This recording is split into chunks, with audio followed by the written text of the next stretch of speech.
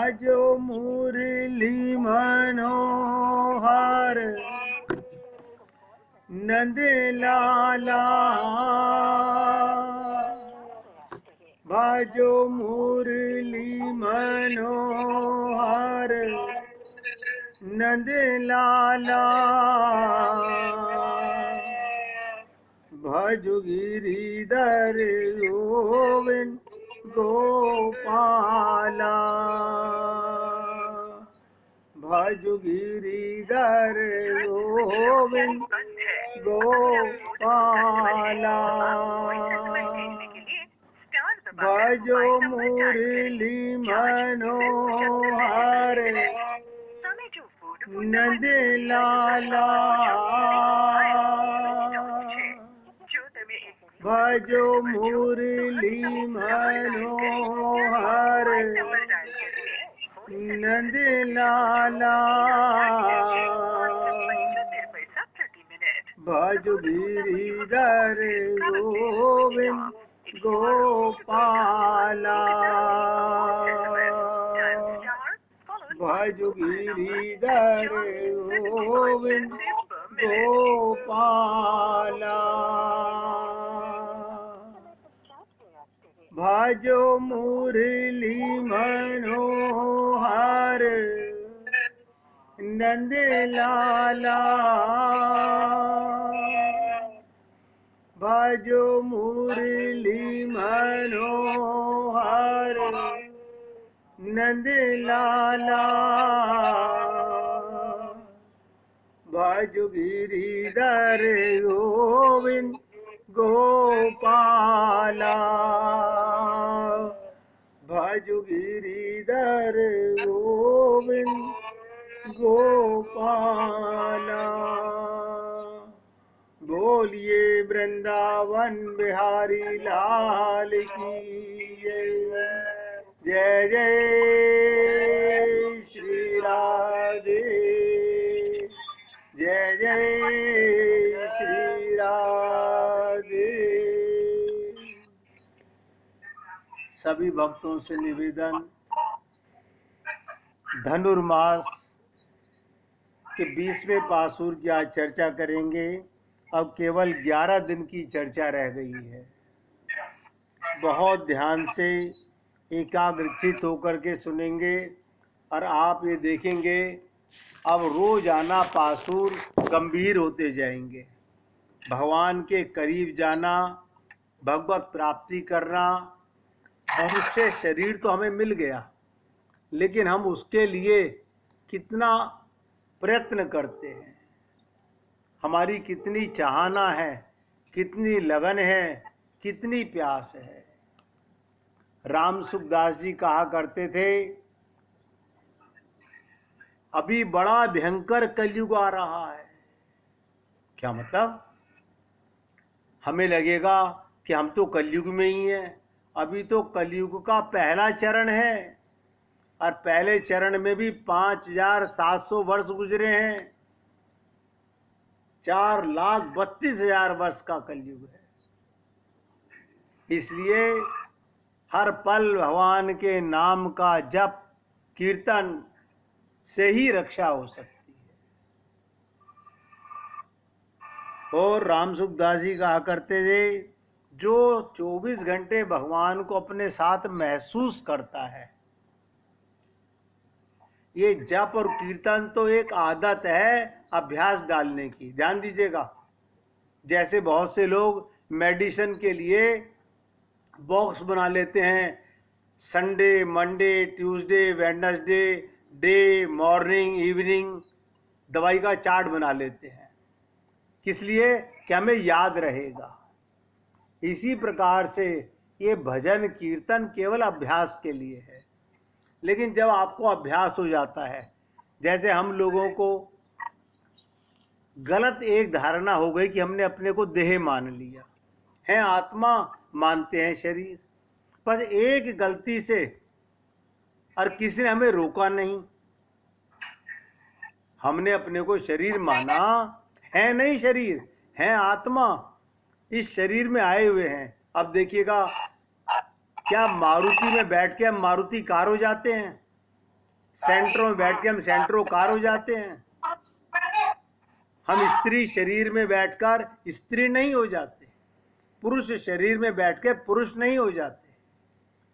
बस यही, इस अभ्यास के लिए, भगवान की कृपा पाने के लिए, भगवान के साथ संबंध स्थापित करने के लिए राम सुखदास जी कहते थे, जप और कीर्तन की बड़ी महिमा है, दिन भर नाम जाप करते रहो।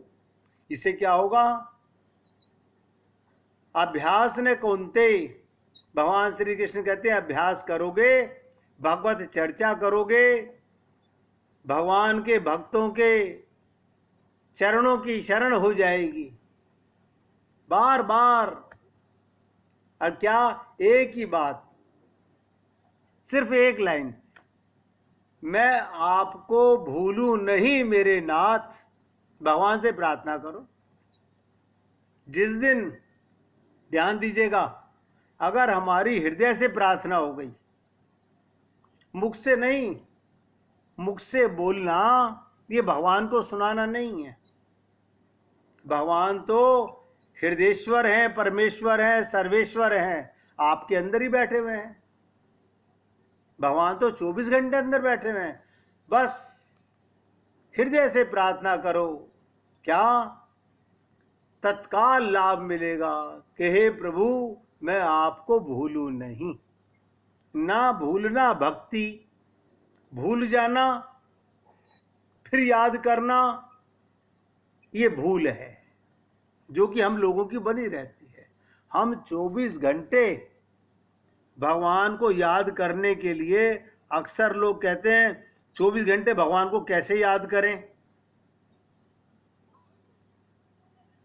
मैंने कहा ना भूलना भक्ति है।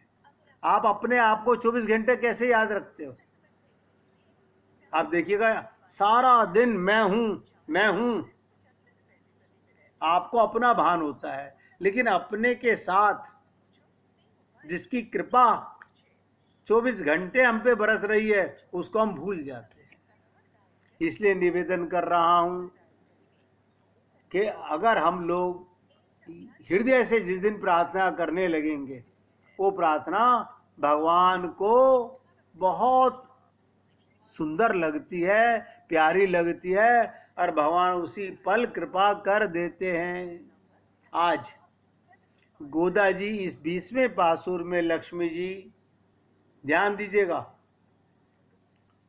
राधा जी से प्रार्थना कर रही हैं।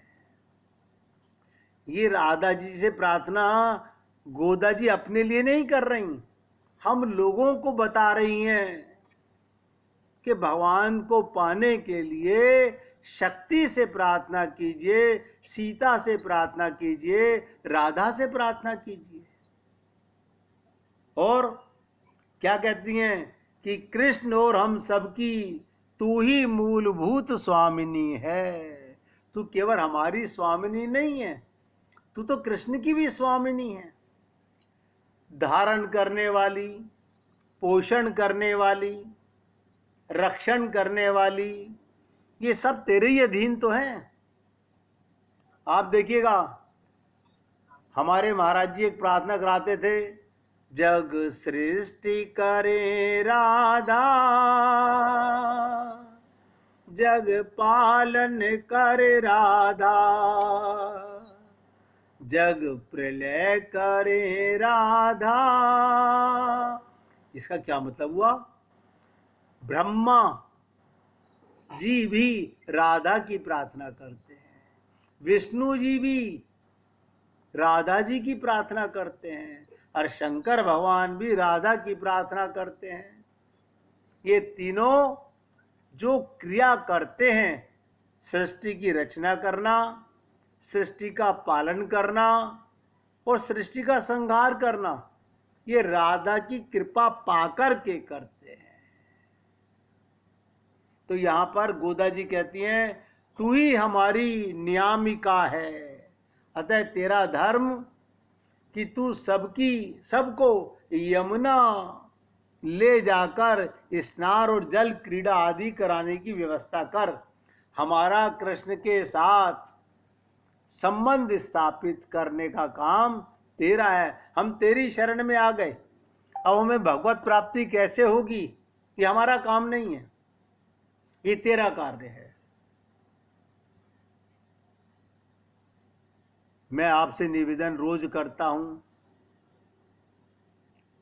सत्संग मिलने के समान कोई लाभ नहीं है। एक एक शब्द ध्यान दीजिएगा। अगर हमारे जीवन में सत्संग है तो समझ लीजिएगा हमारे ऊपर भगवान की असीम कृपा हो रही है। परंतु और विशेष बात बताने जा रहा हूं, असली सत्संग मिलना कठिन है। ये सत्संग और असली सत्संग क्या है? सत्संग शरीर को साथ रखते हुए सुनना, और असली सत्संग केवल मन से सुनना। ध्यान दीजिएगा, असली सत्संग किस दिन कृतार्थ होगा?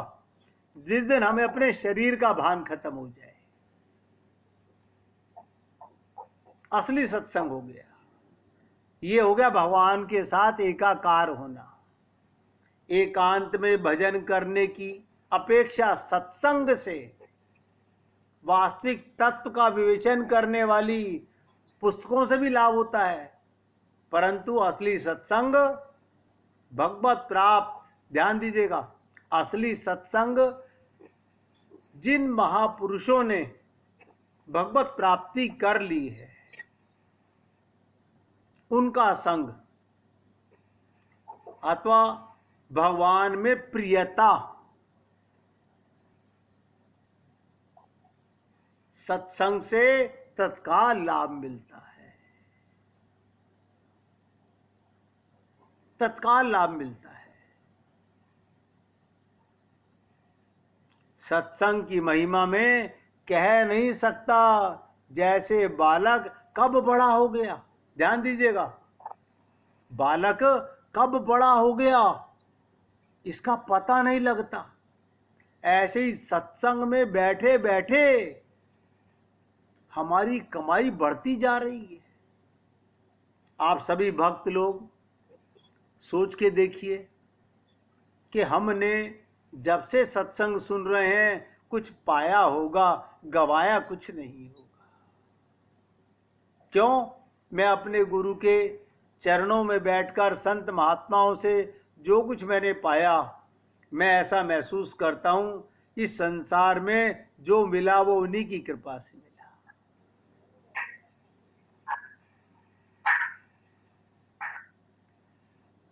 इसका पता नहीं लगता। एक कमाई बैंक में बैलेंस बढ़ती हुई नजर आती है, और ये कमाई अंदर ही अंदर, ध्यान दीजिएगा, संसार का विस्मरण होना। बहुत से लोग कहते हैं अब हमारे को संसार की बातें याद नहीं आती। क्यों नहीं आती? क्योंकि मन अब यहां से उठकर उस तरफ लगने लगा है। मन तो एक ही है, समय एक ही है, जिधर ज्यादा समय जाएगा उधर मन ज्यादा लगा हुआ है। जितना मन हमारा भगवान में लगने लगेगा, संसार, ध्यान दो, प्रतीति मात्र है, प्रतीति मात्र है नहीं। इसको है मानना अनर्थकारक है, जिससे भोग और संग्रह की रुचि पैदा होती है। कारण नहीं को स्थायी मानने से है दिखता है। हम कहते हैं ना ये हमारा अज्ञान है, ये मेरा है नहीं। अब ध्यान दीजिएगा, इसका एक एग्जाम्पल आपको दे रहा हूं।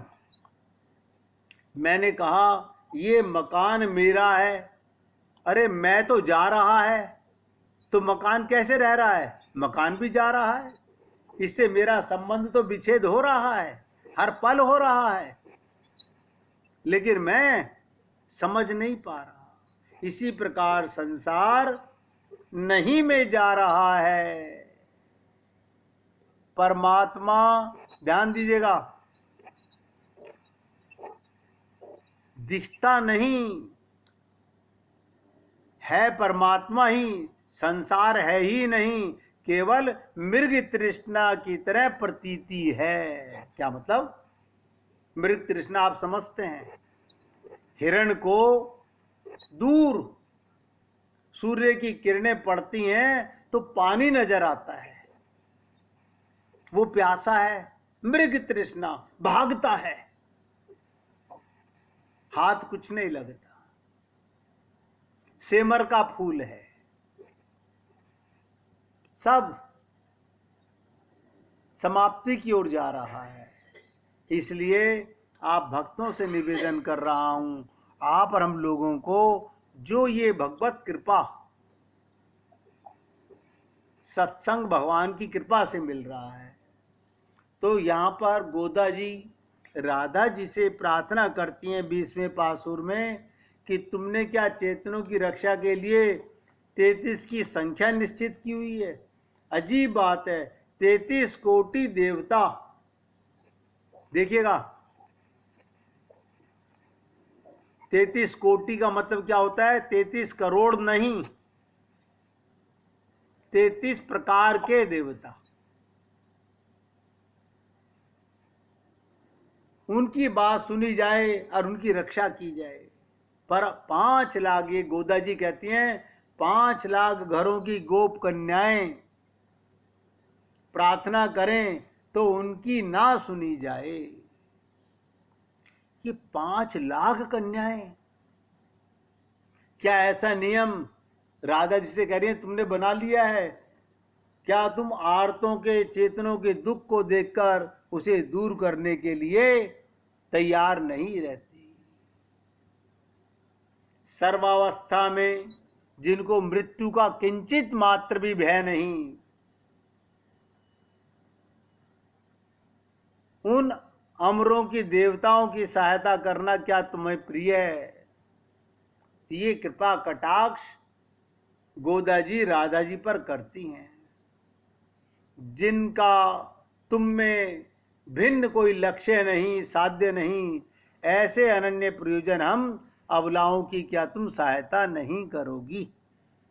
और मैं आपसे निवेदन करना चाहता हूं, भगवान तो 24 घंटे लालायित रहते हैं हमारी रक्षा करने के लिए। भगवान तो बेचैन हैं कि कहीं मौका छिन ना जाए।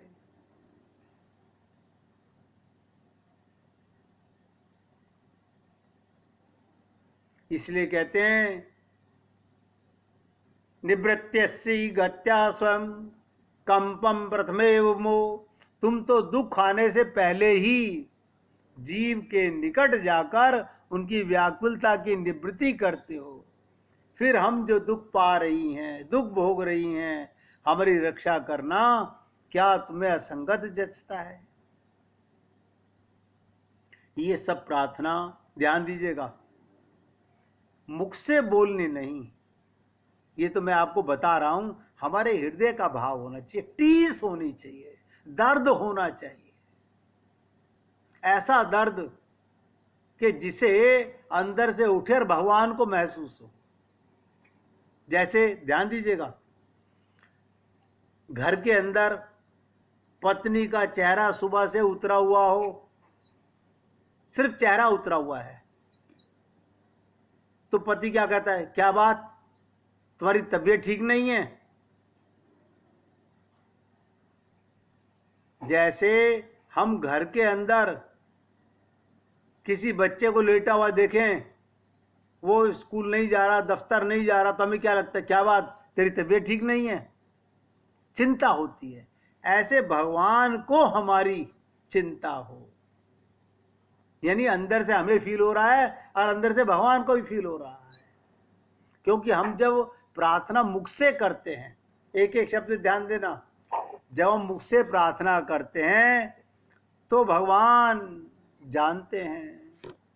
मुख से बोला मगर मन से बोला नहीं, बहुत गहरी बात है, हम कभी नहीं समझ पाते इन बातों को। देखिएगा, डॉक्टर के सामने मन से बोलते हैं,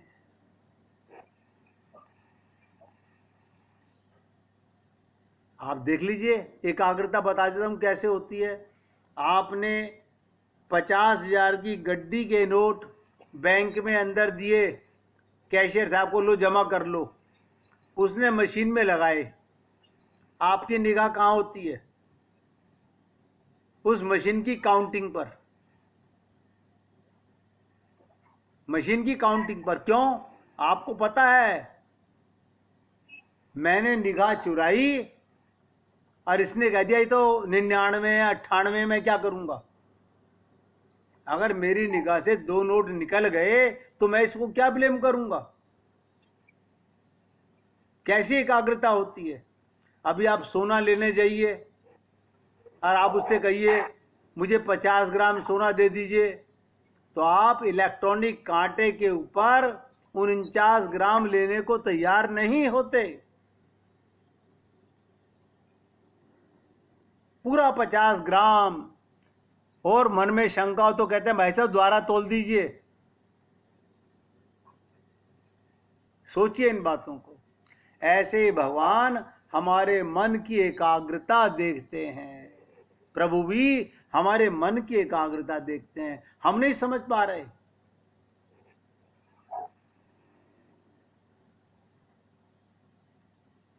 इसलिए कहते हैं ऐसी अवस्था में हमारी रक्षा करना हे गोविंद तुम अनुचित समझते हो।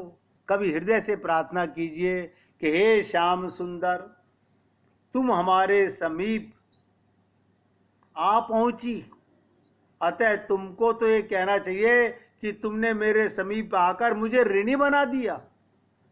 समीप माने, ध्यान दो, ये बहुत गहरा पॉइंट है। समीप का मतलब क्या होता है? कुछ छोड़ के भगवान के पास जाना, त्याग करके भगवत प्राप्ति होती है। ऐसा कभी नहीं हो सकता कि मैं मन एक है, संसार में भी रखूं और भगवान में भी रखूं।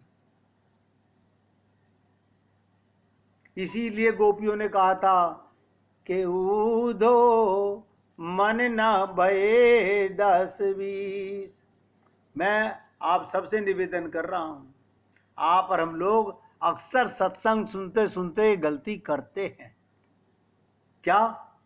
बता देता हूं। हमारी निगाहें पूरे परिवार में घूमती रहती हैं। आपको लगता है कि मेरी प्रेजेंस है, नहीं है। आपका मन घर में किसी ने बेल बजाई, तुरंत वहां जाता है कौन आया। उसी समय घर के किसी मेंबर ने आपसे कोई बात की, जितनी देर आपने उसकी बात का चिंतन जवाब दिया उतनी देर सत्संग से आप आउट हो गए। ये एकाग्रता होनी चाहिए। इसके लिए हमने कई भक्तों में दृढ़ता देखी है। वो क्या करते हैं? सत्संग सुनते समय अपनी आंखें बंद कर लेते हैं। इससे क्या लाभ? कि कान खुले हुए, आंखें बंद हैं, क्योंकि आंखें बहुत चंचल हैं। अब कान लग गए सत्संग में तो घर में कोई आवाज भी है तो तुम्हें सुनेगी नहीं। संसार का विस्मरण ऐसे ही होगा, करने से होगा। तो हम प्रार्थना करते हैं कि प्रभु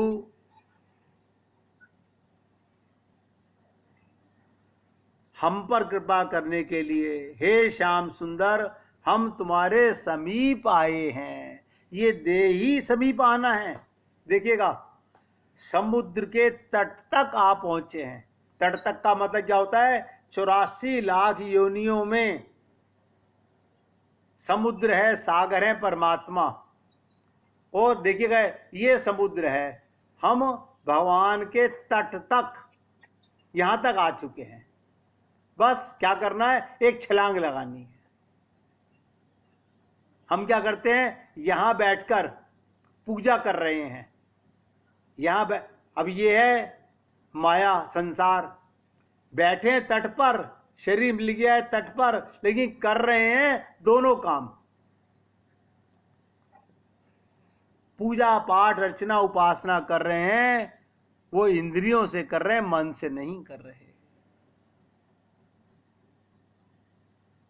इसलिए थोड़ा थोड़ा एकाग्रचित होने का हमें ही प्रयत्न करना है। ये गोदा जी की, लक्ष्मी जी की कृपा 24 घंटे महसूस करनी है। जैसे हम लोग अपने माँ बाप की कृपा, ध्यान दीजिएगा, अपने साथ महसूस करते हैं, हम अपने गुरु और भगवान की कृपा क्यों नहीं महसूस करते? भगवान ने हमें सांस दिए, देखिएगा, किसी माता ने सांस नहीं दिए, किसी पिता ने सांस नहीं दिए। ये अंदर पाचन शक्ति, जठराग्नि, ये भगवान की कृपा है, ये किसी माता पिता की कृपा नहीं है। तो उस कृपामयी परमात्मा को 24 घंटे अनुभव करना ही तो भगवत प्राप्ति है। तो 1 मिनट गोदा जी का कीर्तन कीजिए, फिर आगे चर्चा कर।